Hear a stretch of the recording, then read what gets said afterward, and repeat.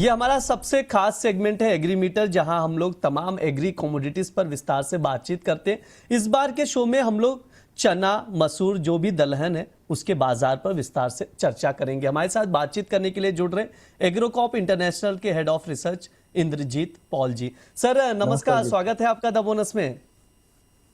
Sir काफ़ी इंतज़ार भी करना पड़ा होगा क्योंकि शो थोड़ा सा लंबा खींच गया था, लेकिन बातचीत शुरू करते हैं। सर सबसे पहले प्राइजेस पर थोड़ी सी नज़र डाल लें।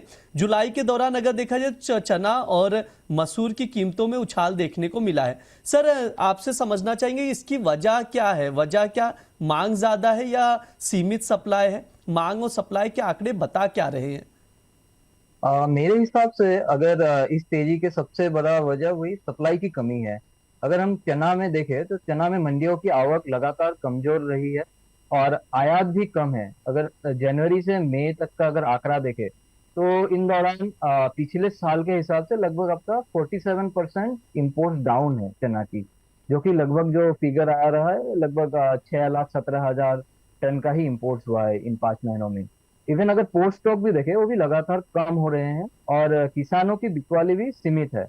और दूसरी तरफ अगर देखें डिमांड साइड से तो मिलर्स की खरीद और बेसन की मांग काफी अच्छी हुई है, जिस वजह से मिलर्स की खरीद भी बढ़ी है इन दिनों में, जिससे बाजार को मतलब अतिरिक्त समर्थन मिल रहा है।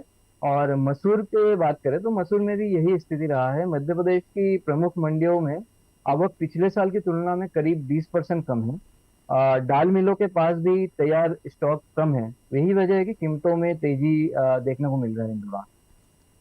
ठीक है, ये सर का व्यू है, तो उसके अकॉर्डिंग आप लोग देखिए और भी बातचीत कर लेते हैं। सर अगला सवाल ये है, जिस तरह से हम लोग देख रहे हैं खरीफ दलहन की खेती ना अब भी पिछड़ी हुई है, आगे चलकर क्या लग रहा है सर? क्या आगे चलकर इसमें सुधार की कोई संभावना है या नहीं? बिल्कुल सुधार शुरू हो चुका है। जैसे कि अगर हम देखें 10 जुलाई का जो डाटा था उसमें लगभग आपका 23% डाउन साइड बता रहा था टोटल पल्सेस सोइंग में। वही अगर 17 जुलाई तक का डाटा देखें तो एक हफ्ते में लगभग आपका 8% डाउन साइड कम हो गया है। लगभग आपका 15% डाउन साइड की रिपोर्ट के बारे में, मतलब 15% के आसपास आपका डाउन साइड बता रहे हैं। और सबसे ज्यादा सुधार अगर हम देखें तो तुअर में देखने को मिल रही है, जहां अगर 10 जुलाई तक का डाटा हम देख रहे थे तो 30% तक डाउन साइड बता रहा था, बट अभी वही घट के 18% तक ही रह गई है। और उड़द अगर देखें तो लगभग सामान्य स्थिति में पहुंच गया है, जबकि मूंग में भी सुधार हुआ है। तो इस सुधार का मुख्य कारण जुलाई में बेहतर मानसूनी बारिश का ही है, जो कि जून में कमी थी और जुलाई में स्टार्ट पकड़ा है, अच्छी पेस पकड़ा हुआ है अभी तक। जी जी। सर आपने बारिश का जिक्र भी कर दिया, तो आपसे समझना चाहेंगे, इस पर राय लेंगे फिर आगे बातचीत करेंगे। सर अगर देखा जाए जैसे जून में बरसात हुई नहीं, ना के बराबर थी, जुलाई में अच्छी हो गई, तो क्या चीजें अब सुधर गई हैं खेती के लिहाज से? जितनी भी फसलें हैं उसके लिहाज से देखा जाए तो जो भी मेजर ग्रोइंग एरियाज है पल्सेस के अगर हम देखें तो उन सब एरियाज में बारिश जुलाई में अच्छी खासी हो चुकी है, जिस वजह से क्या है जो सोइंग का डिले था जो कि मान लीजिए जून के थर्ड वीक से या लास्ट वीक से शुरू होता था, वही अभी जाके जुलाई फर्स्ट वीक से पेस पकड़ा है सोइंग में। तो नेक टू नेक अगर देखें पिछले साल के कंपैरिजन में तो डिलेड सोइंग है, बट एक्रेजेस जो है, जो हम लार्ज एक डेफिसिट मान के चल रहे थे कि बहुत ज्यादा कमी रहेगी एक्रेजेस में, बट कुल मिला के उतनी नहीं रहेगी। हालांकि हाँ 2-3% की गिरावट तो रह सकती है, क्योंकि काफी डिलेड सोइंग से शुरू हुआ है। और जुलाई के दौरान जो भी बारिश थी ये फेवरेबल रहा है, क्योंकि जर्मिनेशन के लिए भी ये फेवरेबल रहेगा। बट हमें आगे की रेनफॉल की ज्यादा फिक्र है, क्योंकि अगस्त में भी एक डेफिसिट के बारे में भी बातें चल रहा है और एल नीनो का इम्पैक्ट भी रहेगा। तो उन दौरान हमें देखना पड़ेगा कि जो भी खरीफ फसलें हैं पल्सेस की, तो उसमें क्या इम्पैक्ट हो सकती है, और वही डिसाइड करेगी कि यील्ड कितना आ सकता है आगे चल के। सर आपने एल नीनो का जिक्र किया, तो आपसे थोड़ा सा और समझना चाहूंगा डीप में। सर एल नीनो का संकट कितना बड़ा है? क्योंकि जब से इस साल अगर देखें, जब से बरसात कम हुई और चीज़ें ठीक नहीं हो रही हैं, जुलाई में हालांकि बरसात हुई, लेकिन बार बार एल नीनो के इम्पैक्ट का जिक्र हो रहा है। सर थोड़ा सा आप बताएंगे दर्शकों को तो बेहतर रहेगा कि एल नीनो का कितना ज़्यादा असर दिखाई दे रहा है, कितना बड़ा संकट है ये?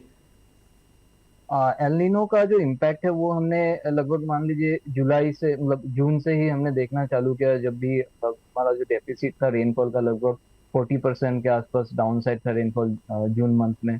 जुलाई में हालांकि बारिश थोड़ा पीक पकड़ा है, बट आगे का जो चिंता है वो ज्यादा सीवियर हो रहा है, क्योंकि एलनीनो का जो इम्पैक्ट है वो आपका जो रेनफॉल है अगस्त सितंबर वाले रेनफॉल में, अगस्त के रेनफॉल में प्राइमरीली दिखेगा, जिससे जो भी ये खरीफ फसलें है उस टाइम पे जो रेनफॉल का जो आपका फ्रीक्वेंसी होगा वो कम बढ़ के आएगा। कभी मान लीजिए जब ज्यादा पानी का जरूरत है तब बारिश आया नहीं, एक ड्राइनेस और ड्राई स्पेल रह गया। और जब आपका ज्यादा पानी का जरूरत नहीं है उस टाइम पे आपका एक्सेस रेनफॉल हो गया, जो कि वाटर लॉगिंग का इश्यूज क्रिएट करेगा या फ्लड का इश्यूज भी क्रिएट करेगा। तो इन सब यही सब इफेक्ट्स होंगे एल नीनो के, अगर मतलब ये आपका अप्रैल सॉरी अगस्त और सितंबर के मंथ में जब भी ये फसल आपका थोड़ा रेडी स्टेज में रहेगा, और एल नीनो के इम्पैक्ट इसमें गिर सकते हैं। और इवन अगर हम रबी सीजन के बारे में भी देखें तो रबी में भी इसका इम्पैक्ट गिर सकता है, जिससे चना की सोइंग में भी और इवन मसूर के सोइंग में भी आपका डाउन साइड दिख सकता है। सर थोड़ा सा दलहन के इंपोर्ट के आंकड़ों पर भी अगर नजर डालें तो इस साल देखें तो अप्रैल और मई के दौरान दलहन इंपोर्ट बढ़ा है, इसके बावजूद देखें तो कीमतों में तेजी देखी जा रही है। सर इसकी क्या वजह है? इसके पीछे तीन मुख्य कारण हैं। एक तो पहला है कि ग्लोबल प्राइसेस को अगर देखें, even global prices of CNF of course लगातार बढ़ रहे हैं, जिससे रिप्लेसमेंट कॉस्ट जो है वो काफी ऊंची हो गई है, जिस वजह से भी इंपोर्ट्स में इम्पैक्ट हो रहा है। और दूसरा रीजन अगर हम देखें तो जो रूपी का वीकनेस है वो भी इंपोर्ट को महंगा कर रहा है, जिस वजह से भी आपका जो भी हम इंपोर्ट कर रहे हैं पल्सेस उसका जो भी लैंडेड कॉस्ट है हमें ज्यादा पड़ रहा है, पैरिटी में ज्यादा नहीं बैठ रहा है। इवन अगर थर्ड रीजन अगर हम देखें तो जो डोमेस्टिक अराइवल्स है या फिर आवक है वो भी कमजोर है। चना का आवक की बात करें तो वो भी कमजोर चल रहा है, इवन मसूर का भी कमजोर है। और खरीफ सोइंग का भी जो डाटा है वो भी काफी लैग्ड है पिछले साल के हिसाब से, जिस वजह से एक अनसर्टेनिटी बना हुआ है मार्केट में, जो भी प्राइसेस को अपसाइड ड्राइव कर रहा है। और चौथा रीजन अगर हम देखें तो लगभग आपका जो मिलर्स का डिमांड है, लगातार खरीदी अच्छी खासी चल रही है, क्योंकि फेस्टिव डिमांड भी आने वाले हैं नेक्स्ट महीने से। तो पहले आया हुआ माल जो था वो अब बाजार में लगभग खप चुका है, और आवक भी कमजोर है, इसीलिए आंकड़ों में जो आयात ऊंचा दिखने के बावजूद भी बाजार में तत्काल उपलब्धता मतलब कम हो रहा है, मतलब सप्लाई ज्यादा है नहीं। जी। ठीक है, ये तीन रीजन है मुख्य तौर पर जो सर ने आप लोगों को समझाया। सर ये बताइए इंपोर्ट को लेकर आगे क्या आउटलुक रहेगा, क्या इंपोर्ट आगे और बढ़ेगा, कैसे देखते हैं इसे सर, क्या आपकी राय है? जैसे अलग अलग पल्सेस के लिए ये अलग जवाब होगा। जैसे हम तुअर से मैं शुरू शुरू कर रहा हूँ। तुअर में अगर हम देखें तो आयात आगे और भी मजबूत रहने वाली है, क्योंकि एक तो प्रोडक्शन में भी इसका मतलब एक कंसर्न चल रहा है कि एक पहला बात तो है कि सोइंग कंप्लीट हुआ नहीं है अभी तक, और दूसरा जैसे मैंने बता रहा था पिछले क्वेश्चन में, जो एल नीनो का इम्पैक्ट है वो ईल्ड डिसाइड करेगा आगे चल के। तो लगभग लगभग जो है एक अनसर्टेनिटी बना हुआ है प्रोडक्शन को लेके, जिस वजह से सप्लाई टाइटनेस तो रहेगी, और उसी हिसाब से इंपोर्ट्स बढ़ने की काफी ज्यादा संभावना है तुअर में। और जैसे कि हम देखते हैं कि सितंबर से अफ्रीकी देशों की नई फसल आने लगती है, तो जिससे मतलब आगे आयात भी बढ़ेगी इंडिया में। इवन चना में अगर देखें तो चना ऑस्ट्रेलिया की जो नई फसल है वो छोटी रहने की उम्मीद है, तो ऐसे में भारत के लिए आयात बढ़ाना आसान नहीं होगा, और अगले कुछ महीने तक चने की उपलब्धता सीमित रह सकती है, क्योंकि सप्लाई कंसर्न्स है ग्लोबली। और मसूर अगर हम देखें तो मसूर में कनाडा और ऑस्ट्रेलिया दोनों में ही अच्छी फसल की उम्मीद है, इसीलिए आगे आयात की जो भी सप्लाई रहेगी वो बेहतर रहेगी, तो मसूर इंपोर्ट बढ़ सकता है आगे चल के। ठीक है, ये सर की राय है। सर एक आखिरी सवाल रहेगा, चना और मसूर की प्राइजेस का आउटलुक क्या रहेगा, क्या कीमतों में तेजी बनी रहेगी, और दूसरे दलहन क्या आउटलुक क्या रहेगा प्राइजेस को लेकर सर? फंडामेंटली अगर देखें तो चना के बारे में तो जैसे कि हम डोमेस्टिक डिमांड अगर देख रहे हैं, अभी इवन फेस्टिव डिमांड भी आ रही है नेक्स्ट मंथ से, इवन अराइवल्स भी अभी कम है, और इंपोर्ट्स भी हम देख रहे हैं कि लास्ट 5 मंथ्स में घटी हुई है, और इवन आने वाली इंपोर्ट्स भी थोड़ी डाउन साइड ही रहेगी, क्योंकि जो मेजर प्रोड्यूसर्स है ऑस्ट्रेलिया, उधर की क्रॉप में कमी आ रही है। तो ये सब फंडामेंटल रीजन जो है एक बुलिश मार्केट के तरफ ही सपोर्ट कर रहा है। और शॉर्ट टर्म में अगर बात करें तो बाजार मजबूत रहेगा, हालांकि ओवरबॉट होने के कारण बीच बीच में मुनाफा वसूली आपको दिखने को मिल सकता है। और जो टेक्निकली अगर देखें तो मजबूत सपोर्ट जो है लगभग 6,000 से 6,050 रुपए प्रति क्विंटल, जबकि रेजिस्टेंस देखने को मिल रहा है 6,500 के लेवल में। और एक बार 6,500 अगर ब्रेकआउट देता है तो नेक्स्ट जो रेजिस्टेंस लेवल है वो लगभग आपका 6,800 को दिख रहा है। मसूर के बारे में अगर बात करें तो फिलहाल सप्लाई टाइट होने से निकट अवधि में मजबूत बनी रह सकती है, लेकिन कनाडा और ऑस्ट्रेलिया की अच्छी फसल के बाद आयात बढ़ने से मध्यम अवधि में तेजी सीमित रह सकती है। और टेक्निकली बात करें तो 6,000 का जो है वो एक मजबूत सपोर्ट बनी रहेगी, और रेजिस्टेंस लगभग आपका 6,400 के लेवल पे दिख रहे हैं मुझे। जी। ठीक है, ये सर का नज़रिया है। तमाम जो चना है और मसूर है सबका प्राइस आउटलुक सर ने बताया कि आने वाले समय पर कैसा रह सकता है भाव। विस्तार से सर से हमने बातचीत भी कर ली है। सर प्लीज़ डिस्क्लेमर दे दीजिए, समय हो चुका है सर।